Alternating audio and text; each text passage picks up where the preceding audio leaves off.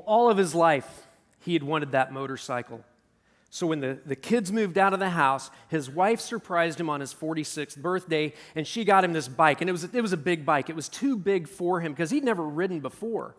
So he enrolled in a basic rider's course. He did great in the course. And on his maiden voyage, he leaves his driveway in Manassas, Virginia, and he's going through the beautiful roads of central Virginia. And he comes up to this curve, and it's a pretty tight curve, so he does what he's taught. He decelerates as he comes into the curve, and as he's in the curve, he sees the exit of the curve. He's focusing on the exit. He accelerates, and as he accelerates, as he's going towards the exit of the curve, out of the corner of his eye, he sees the obstacle, and it's a truck. And so he takes his eyes off the exit and puts it on the obstacle. Where his eyes went, his motorcycle followed. He crashed into the grill. He was killed instantly, all because of a lack of focus on the right things. She was tired all the time. In fact, one of her friends said, "Girl, you are cancer tired. You need to get to the doctor." She said, "Well, too much going on in the family. The kids are doing stuff. I'll do it later." Well, finally, one day she passed out in the house. They took her to the hospital, and after a bunch of tests, they found out that she had a rare form of blood cancer. And as the chemo pierced through her veins, she cursed the God who made her. "How could you do this to me? How could you? I've been faithful, I've been honorable, I've been doing all the things I'm supposed to do, and this is the thanks I get. If this is what you do to someone you love, I'm done with you." And where her heart went, her faith followed, as did the faith of her husband and her kids, all because of a lack of focus on the right thing. He stood in front of the board of directors, and his palms were sweaty. He'd been throwing up for the past 4 hours. He was nervous, and he had gone through this presentation at least 1,000 times. But as he spoke, he broke. As he spoke, his mind was saying things to him such as, "They don't understand what you're saying. They don't like you. Are you kidding me? Did you really just say that?" And the more he spoke, well, the more he failed. Where his mind went, his presentation followed. All because of a lack of focus on the right things. These are 3 real-world stories of what can happen to us when we lose our focus. When we focus on an obstacle, we're going to hit it. Face it, life throws us a lot of curveballs, and those curveballs can either add to our anxiety, or what we focus on can take that anxiety away. Think about career changes, health changes, dealing with insurance co-pays, relationship issues, temptation issues, addiction issues. All of these things are things that can add to our stress levels. And if our focus isn't correct, our stress levels will go through the roof. Well, if you get anything at all out of today's teaching, get this: where your focus is, your life will follow.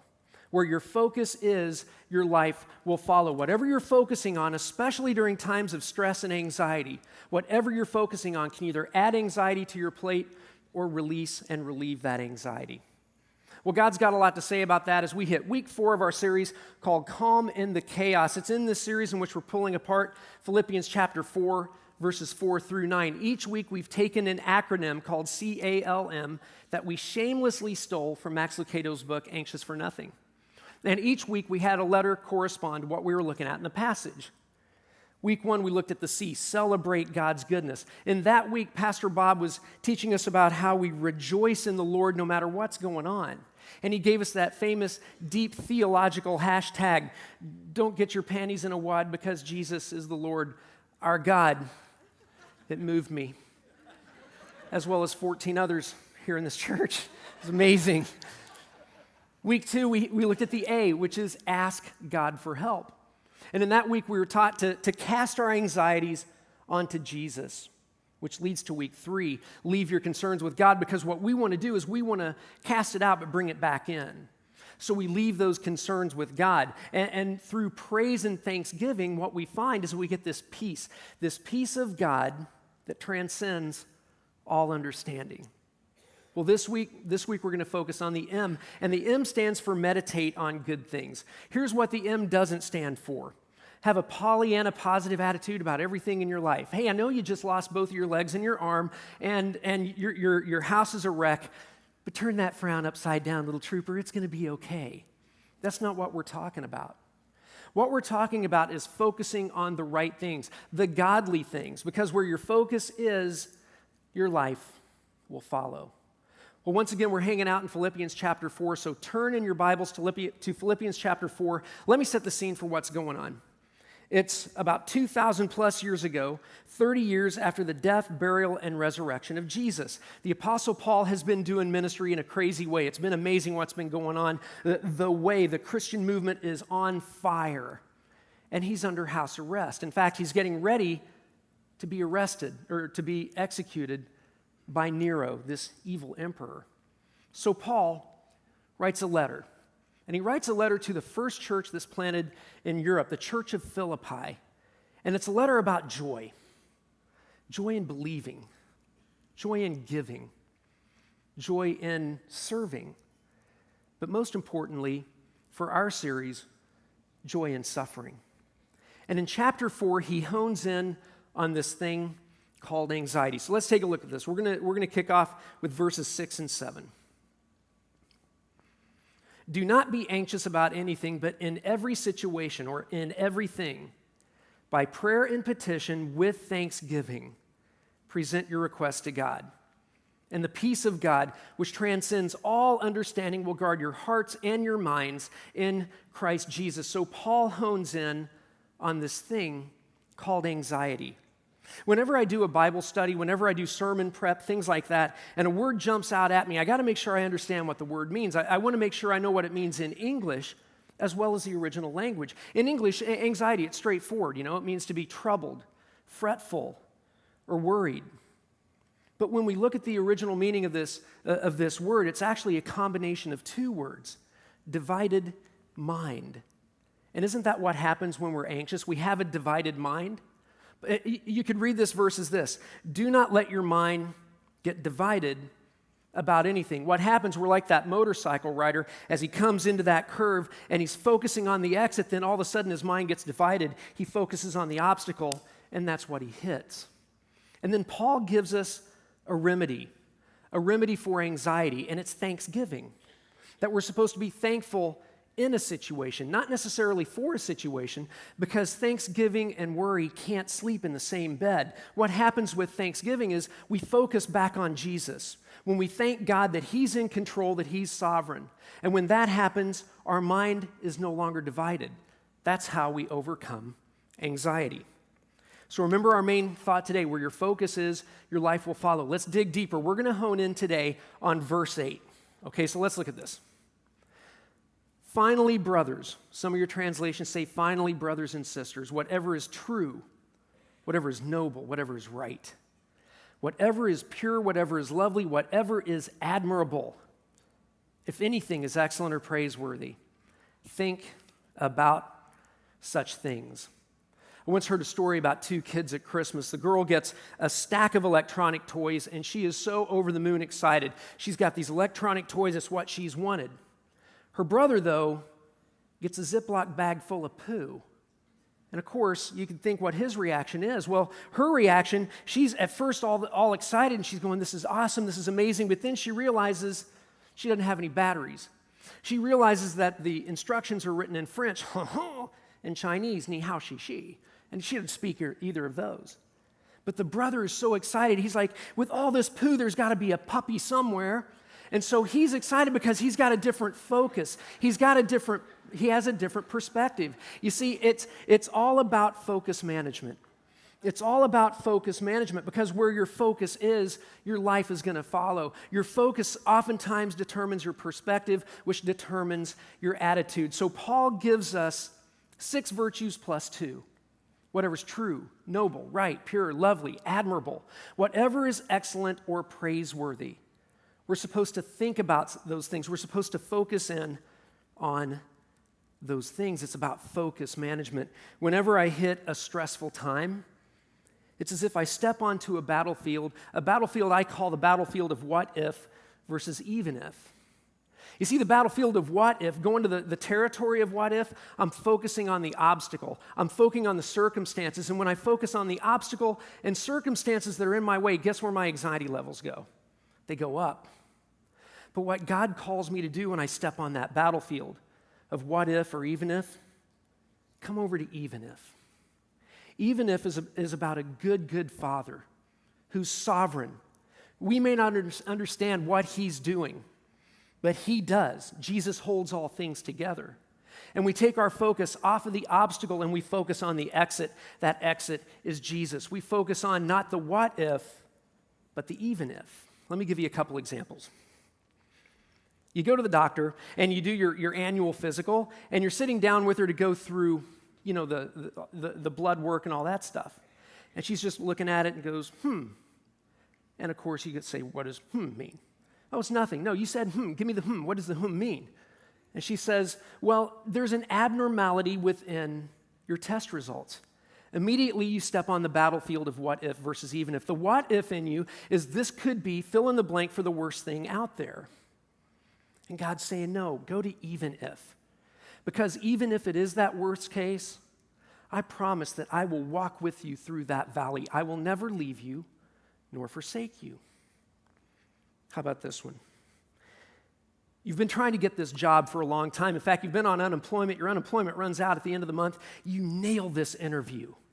And as you're driving away, you go, wait a second. I said this. You start second guessing yourself. And as you second guess yourself, you're going, what if? What if they don't hire me? What if? And God says, no, even if.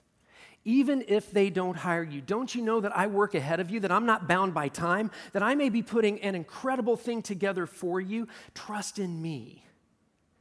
When you hit a time of stress or anxiety, do you focus on the what if, or do you focus on the even if? It's all about focus management.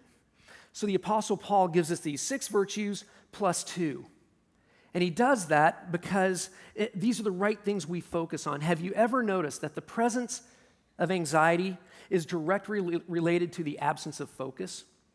It's true, the presence of anxiety is directly related to the absence of focus on the right things. So what God tells us is our focus needs to be on 6 virtues. Whatever is true, noble, right, pure, lovely, admirable. And then he summarizes it with those 2 other things. Whatever is excellent or praiseworthy, we think about those things. We dwell on those things. We meditate on those things. So let's put this verse back up. And what I want to do is I want us to pull apart this verse. What if we looked at each one of these virtues as a way to respond when we're going through a difficult time? As a way to respond when we're anxious? All right, let's start with the first one. Whatever is true. Whatever is true means to focus on what's real.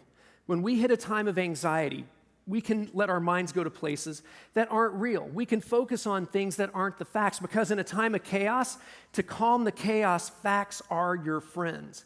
You focus on this day and the facts you know this day. Let me tell you how I screwed that up here a couple months ago. Our youngest daughter, Katie, got married a great guy named Will. It was an amazing wedding. Everything was so much fun.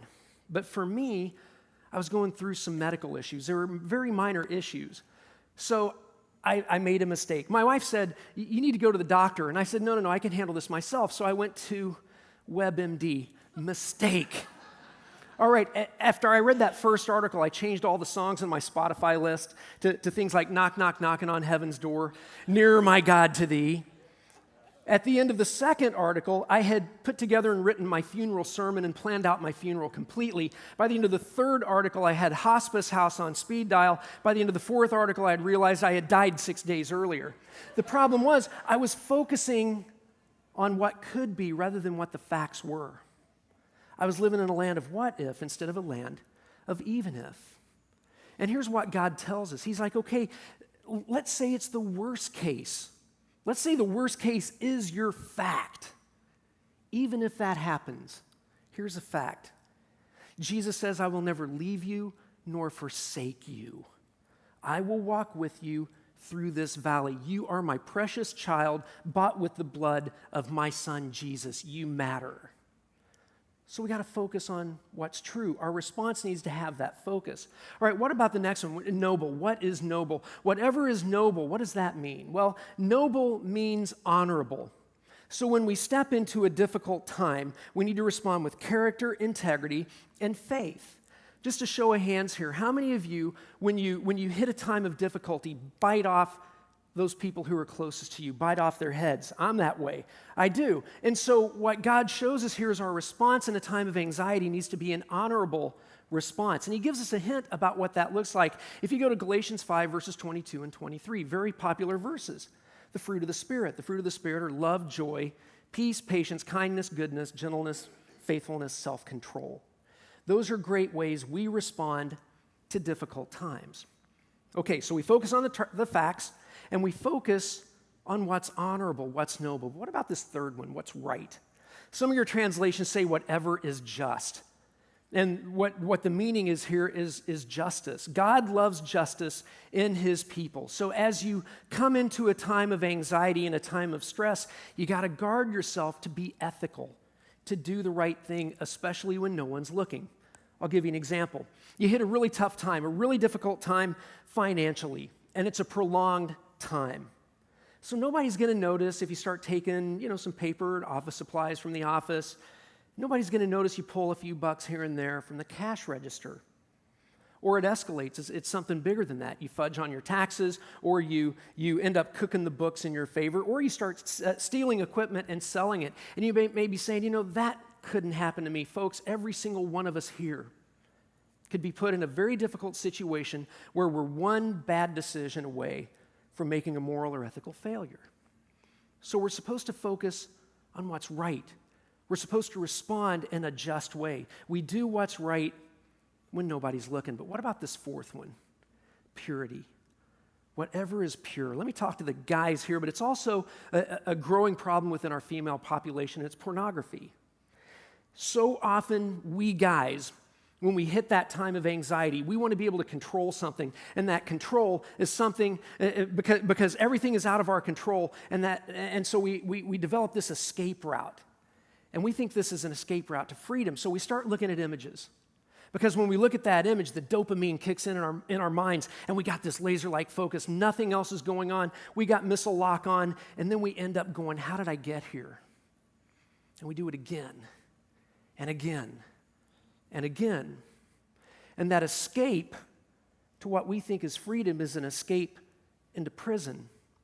A prison that tears apart our marriages, that tears apart our families. A prison that can have you lose your job.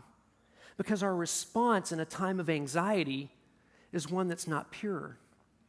And then we start looking over our shoulder because we got to erase the search history in our computers. We can't let our spouses see our phones. And what happens is our anxiety levels actually go up. But there are other ways that we can have impure thoughts and impure things in our lives when we face these times of anxiety. So God, through Paul, says, respond in a pure way. Guard your heart in a pure way. What about this fifth one? Lovely. Whatever is lovely. Whatever is lovely means whatever calls forth love in your life. Jesus said, 2 greatest commandments. Love God with everything you have. Love me, or love your neighbor with all you got. Love your neighbor as you want to be loved. When we hit a time of anxiety, we can focus inward because we're going through something. And what this means is a response could be stepping outside of ourselves and focusing on someone who's in a more difficult situation than we are. It takes our mind off of the ugliness as well as allows us to show love in a special way. But sometimes you are so broken. There's no way you can step out of your own existence to help someone else. So we go back to loving God with everything we have. We lean into Jesus. We lean in to our faith. Whatever's true, focus on the facts. Whatever's noble, we respond in an honorable way. Whatever's right, we're ethically responding. Whatever is pure, we have pure thoughts and we guard ourselves. Whatever is lovely. What about that sixth one? Whatever is admirable. Whatever is admirable, some of your translations say, is of good repute. Whatever is of good repute. It's talking about your reputation. It's something that adds up over a long time. And you have a consistent reputation of responding with character, integrity, and faith in any given situation. People are going to look at you and say, I want what she has, or I want what he has. I want to do what's admirable. And I look at all these 6 things, and I get anxious. I do, because I don't know if I can do all those things. That's hard. That's difficult. But what's cool are the next two things. See, Paul summarizes all these 6 things up with whatever is excellent or praiseworthy. If anything is excellent or praiseworthy. As I said at the beginning, whenever I hit a word or a couple words that jump out at me, I got to look them up. And in the original language, whatever is excellent or praiseworthy, it means whatever the highest good of humanity is. So, Sunday school question, slow pitch softball question. Who is the highest good of humanity? Jesus. Yeah, not Pastor Bob. I heard somebody say, Pastor Bob, he's cool. We love him. He's watching online now from Costa Rica. We love you, Bob. Our focus needs to be the highest good of humanity. In other words, the focus is on Jesus. So let's go down that road because it's important when we're dealing with anxiety. Paul writes this letter to this church in Colossae, and he says these words, Colossians 1, verses 15 to 17. He, Jesus, is the image of the invisible God, the firstborn of all creation. For by him all things were created in heaven and on earth, visible and invisible, whether thrones or dominions or rulers or authorities, all things were created through him and for him. Jesus is the highest good of man. And as we hit those anxious seasons, we focus on the Word who became flesh rather than the flesh that can take us down wrong roads. We focus on the visible image of the invisible God rather than coming up and making little g gods that we focus on. We focus on the even if, Jesus, then the what if, the circumstances of our lives. So let's go back to verse 8. Okay, so Paul gives us 6 virtues plus 2. Finally, brothers and sisters, whatever is true, whatever is noble, whatever is right, whatever is pure, whatever is lovely, whatever is admirable. There's 6 things, 6 ways to respond in ugly times. If anything is excellent or praiseworthy, if anything is the highest good in humanity, it's all about Jesus. Think about such things. Some of your translations say dwell on such things. Some of them say meditate on such things. That's where we get the M for our CALM acronym. So let's talk about that. To dwell. To dwell means to live in something. Makes sense. You dwell in a tent, you live in a tent. Maybe, just maybe, God's saying, you need to make a house. And this house needs to be all these virtues. And your roof of your house needs to be what's excellent or praiseworthy, which is Jesus. But what about think or meditate? Think or meditate means to have a very direct focus, an intense focus. Okay, 10 of you are going to think this is really cool. The other 990 of you, go check your Facebook right now. We're going to Greek out on this, okay? Because it's important. This word is very important when we look at what Paul's talking about. The word for think or meditate is lagizomai. Lagizomai is a word for think or meditate. The word for think or meditate is lagizomai. Lagizomai. Say it with me. Lagizomai. One more time. Lagizomai. Lagizomai is where we get the word logic. L-O-G. Is to think through deeply about something. In the book of Proverbs, we're told that someone who is prudent, someone who's smart, thinks through things. They're logical about it. They don't just walk willy-nilly into something. We lagizomai, we think through these things. And I see lagizomai and I think of another word. John the apostle, the disciple Jesus loved, says these very famous words in John chapter 1 and John 14. In the beginning was the Word, and the Word was with God, and the Word was God, and the Word became flesh and dwelt among us, and we have seen His glory. Glory is of the only Son from the Father, full of grace and truth. See, when John talks about the Word, he's referring to Jesus. Now remember, John's audience is a Greek audience. And that Greek audience, when they heard this thing called the Word, it's a philosophy that governs the universe. And we know, okay, Sunday school question, slow pitch, who is the principle that governs the universe? Jesus, yeah, Jesus. He's the highest form of humanity. So we're supposed to logizomai, be logical, and think about this, about the word. In Greek, it's called logos, L-O-G. we logizomai on logos. We think deeply about Jesus. When we hit really difficult times, we focus on Jesus because the whatever is Jesus. Whatever is true, noble, right, pure, lovely, and admirable. If anything is excellent or praiseworthy, logizomai, focus on him. Because he is the one that's going to get you out of your situation and lower those anxiety levels. When I look at the what if, the obstacle, when I step onto the battlefield of what if versus even if, I want to focus on fear in the flesh. But when I have that intense focus on Jesus, my focus is about confidence in my Savior.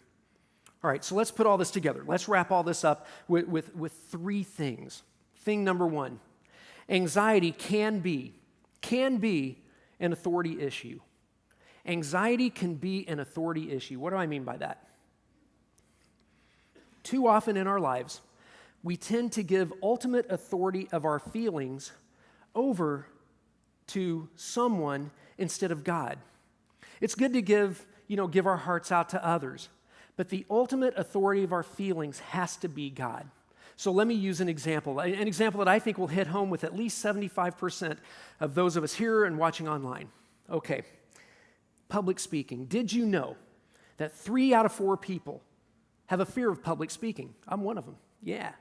3 out of 4 people have a fear of public speaking. Did you know that 3 out of 4 people who have a fear of public speaking would rather die? They have more fear of public speaking than they do of death. They'd rather die than do public speaking. So when you're standing in front of an audience, when you're standing in front of the board of directors, like the one guy I was telling about at the beginning of today's teaching, when you're having that contentious meeting with your boss, ask yourself a question: have I given them ultimate authority over my feelings? Because here's what happens. You step onto the battlefield of what if versus even if. What if they don't like me? What if they think I'm stupid? What if I'm not making any sense? What if? And we focus on the obstacle. And God's like, no, focus on the exit, even if. Don't you know, even if you biff it and biff it badly, that I love you, that you're my child, that they can say anything they want, but at the end of the day, whose opinion counts? The opinion of Jesus. The Apostle Paul wrote that we're to be transformed by the renewing of our mind. And part of that transformation as we grow spiritually is that we transfer our concern of our feelings from others to Jesus, to where he has the ultimate authority over our feelings. So anxiety can be an authority issue. But how about this one? Anxiety can be a medical issue. Anxiety can be a medical issue. 3 facts. Fact number 1, we are all going to face times of anxiety. Fact number 2, we need to develop the spiritual disciplines in life to where we grow our faith before we get hit by those curveballs of life. Developing a prayer life, a time of meditation, scripture memorization, serving others, having a relationship with Jesus to where when we walk into that valley, we know he's there with us. Fact number 3, some of us, a small percentage of us, are going to have some medication to help us during these times. Because here's the reason why. Our brains, for some of us, a very small percentage, our brains do not produce the chemicals to fight anxiety, to fight depression, to fight bipolarism, or ADD, ADHD, RESPECT, Sakatumi, whatever it is. Some of us, a small percentage, our brains cannot produce the chemical to fight it. And here's what's interesting, is that God can heal anything. And so often, he gives us medication to heal us in certain places. Let me give you a biblical example. The Apostle Paul, he's senior pastor of a church, and it's a rockin' church. He heads out of that church. He brings on his young protege, Timothy. Now, Timothy's in his mid-20s. I don't know about you, but if you would have to step into the sandals of the Apostle Paul, the dude who's going to write half the books of the New Testament, I'd have a little bit of anxiety. we don't know what's going on with Timothy, but he's got some stomach problems. Have no idea what it is. But here's what Paul tells him. Paul says, Timothy, drink a little bit of wine to take care of this issue. Here's what he's not saying. He's not saying, Timothy, hey man, being a senior pastor, it's tough, trust me. And so when you get home, have some wine, kick back, it's going to relax you, you'll feel good. That's not what he's saying. Here's what he's not saying. Timothy, this is a sin issue. Or Timothy, this is a faith issue. No, he's saying, drink this wine because wine 2,000 years ago was a medicine. It was the ibuprofen of the day. And he's saying, drink this, don't abuse it, but this will help you in what you do. Folks, some of you here have been suffering from chronic anxiety for the longest time. And you've consistently prayed, you've consistently given it to God, you've got those spiritual disciplines, but just maybe you may be in that small percentage where your brain's not producing that. So why don't you go to a doctor and get that checked out while also walking with a Christian counselor to help you process all of this? Here in Bellingham and in Skagit, we've got a list of counselors here in the area, Christian counselors.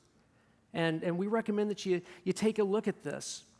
You see, anxiety is not a sin, but living in it is. Because when you live in anxiety, you can't experience the life more abundant that Jesus spoke about. Now, last year, about this time, we had a series called Conversations, where we asked a bunch of different questions, and I preached on this topic. And the question was, is anxiety a sin? We don't have time to delve into all of that today, so go back to our website, cornwallchurch.com, look at our media archive, and we explain what I'm talking about a little bit more. Okay, so anxiety can be an authority issue. Anxiety can be a medical issue. But anxiety is a focus issue. Anxiety is a focus issue. Where our focus is, our lives will follow. So God gives us a way to deal with anxiety through our responses. That we focus on whatever's true. We focus on the facts. We focus on whatever's noble, whatever's honorable. We focus on what's right, what's ethical. We focus on our purity.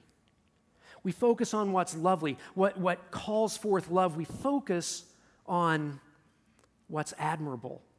It's our reputation over time. If anything is excellent or praiseworthy, what do? We focus on that. And because what's excellent or praiseworthy is Jesus. We focus on Jesus, the exit, rather the obstacle. We focus on Jesus, that even if the worst case happens, he's got your back because he will never leave you nor forsake you. It's a fact. We focus on that instead of the what if.